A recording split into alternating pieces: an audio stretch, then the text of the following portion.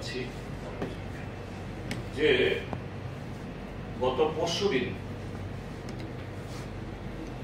সারা রাজ্যের মধ্যে তো কোনো আনন্দ নেই, কিন্তু ত্রিপুরাজ্যের বিজেপির নেতাদের আনন্দ মেলা। জনগণের আনন্দ নেই, তাদের আনন্দের কোনো শেষ নেই। গন্ডাছড়া মহকুমাতে 1 মাসের বেশি সময় ধরে যে গন্ডাছড়াতে অনাহারে মৃত্যু, সন্তান বিক্রি, গ্রামে কাজ নেই, রেশন কার্ড বন্ধ, সেখানে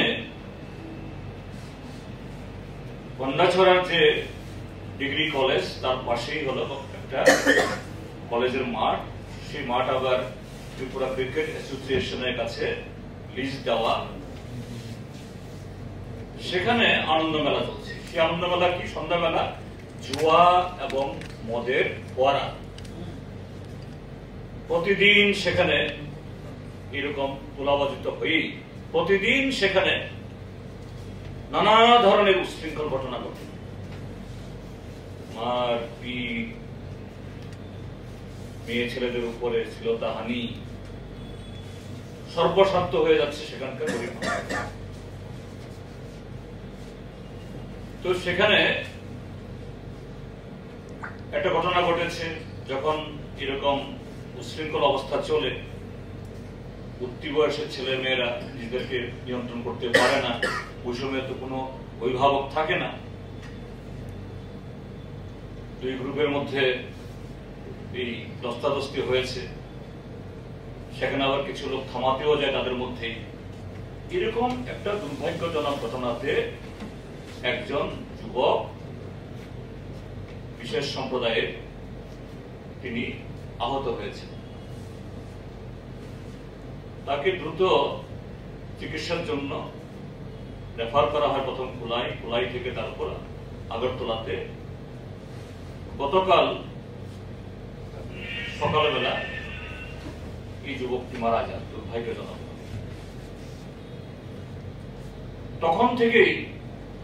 তখন থেকে শুধু নয়, তার আগে থেকেই ঘটনার পর থেকেই এলাকাতে থমথমে ভাব। সকাল থেকে দুপুর আরো বেশি হচ্ছে, বাজারে কেউ উঠে না। সন্ধ্যার দিকে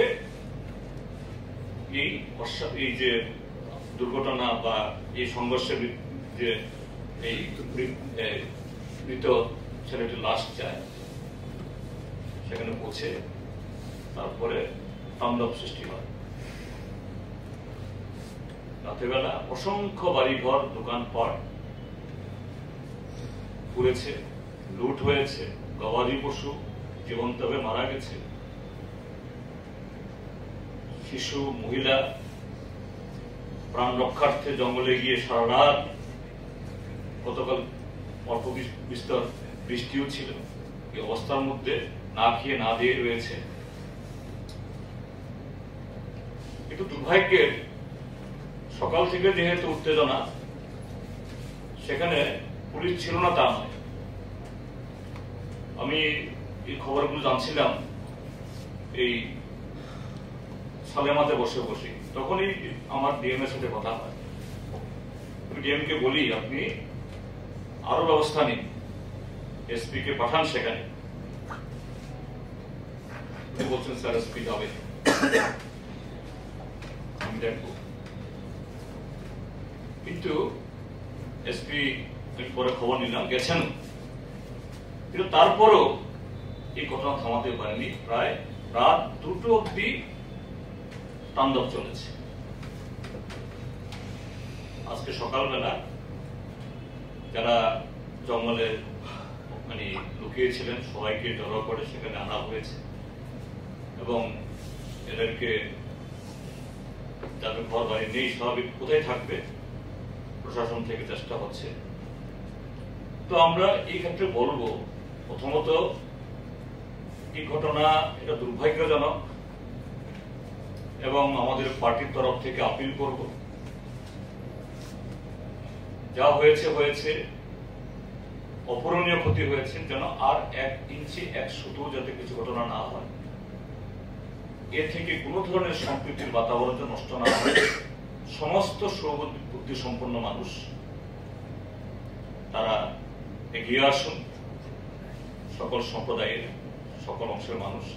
ইভেন আমি গতকাল রাত্রিবেলা যখন এই ঘটনা থামছিল না, শুধু প্রশাসন না, রাত্রিবেলা আমি ডিজির সাথে কথা বলেছি। আমাদের প্রাক্তন মুখ্যমন্ত্রী মাননীয় মানিক সরকার, তিনি মুখ্যমন্ত্রীর সাথে কথা বলেছেন। বলেছি যে এসপি কে পাঠালে হবে না, একজন সিনিয়র মোস্ট একজন অফিসারকে পাঠান। ডিজি সাহেব তখন বললেন ঠিক আছে, আমি একজন আইসি কে পাঠাচ্ছি।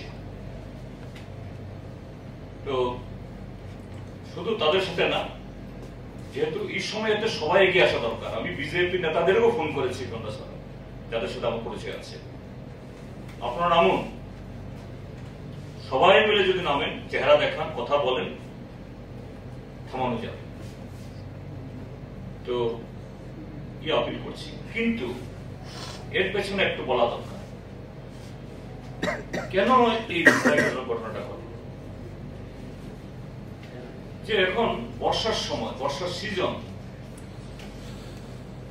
অভাবে পারছে না, কি করে প্রশাসন এইভাবে সপ্তাহের পর সপ্তাহ এই আনন্দ মেলার পারমিশন দেয়?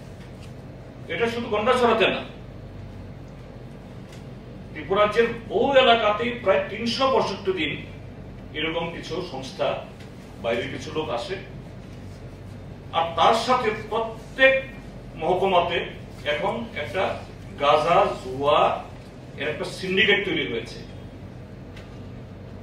এদের সাথে শাসক দলের যারা হুমরা চুমরা, এদের সাথে হরম মহরম। আর সেই হুমরা চুমরাটা যখন পুলিশকে বলে, প্রশাসনকে বলে, তাদের আর পারমিশন, অনুমতি পেতে কোনো অসুবিধা হয় না।